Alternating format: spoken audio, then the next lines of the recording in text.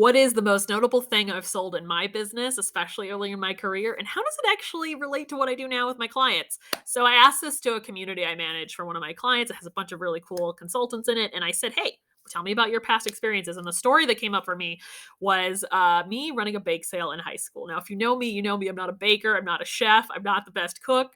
But here I am. I took this upon myself to help raise money for a charity that was near and dear to my heart. And at 17 years old, I did not have the confidence to do it. Thank goodness for my mentor who pushed me. And he's like, yes, do this. And so for me, I was like, how do I start this? So I did my research. I found out the puppy chow was a hot commodity when the PTO moms did the massive bake sales at my school. And so I was like, okay, I should make this puppy chow. So my friend taught me how to make it. And I realized that people were always willing to spend $1 on puppy chow. They never looked at the size of the bag.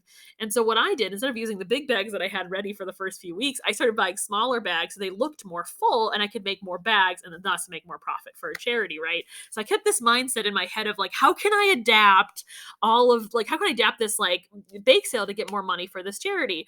And so I would strategize and I would look for items that could give me a profit margin. So at one point I bought a dozen donuts from the grocery store and I would sell them each for $1.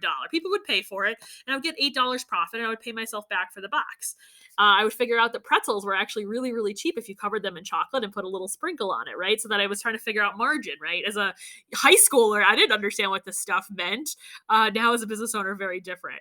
But the mindset that I had as a kid that still applies to my business today is just finding a way to adapt stuff to my abilities, right? Like I wasn't going to be the world's best chef.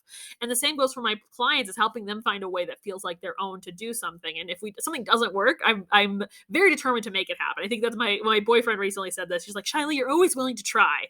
So that's me. I like to strategize and figure out how things work and how to make them work. And I hope that you have that in your world too. And see you in the puppy chows.